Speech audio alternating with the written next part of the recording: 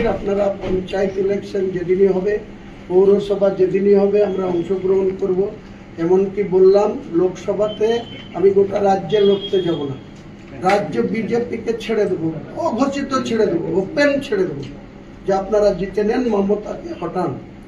আপনাদের সরকার দিল্লিতে চলছে চন্দ্রবাবু নাইডু, নীতিশ কুমার আর চিরাগ পাসওয়ানের উপরে নির্ভর করে। আগামী দিনে আপনাদেরকে আবার 2014-তে যেমন 282, 2019-এ যেমন 303, আবার 2024-এ এসে আপনারা 240 না 42-এ আটকে গিয়েছিলেন।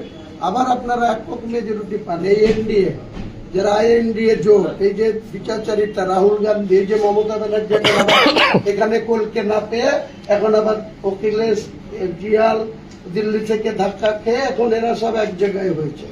2027 সালে প্রমাণ হবে অখিলেশের কত বাহাদুরি ওই মানে উত্তরপ্রদেশ রাজ্যে। তারপরে তো পঞ্চায়েত নির্বাচন হবে, পৌরসভা হবে, তারপরে লোকসভা হবে।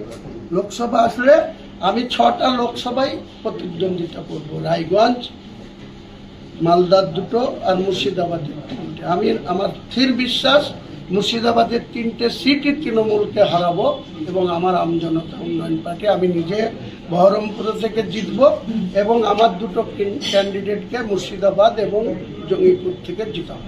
Thank you.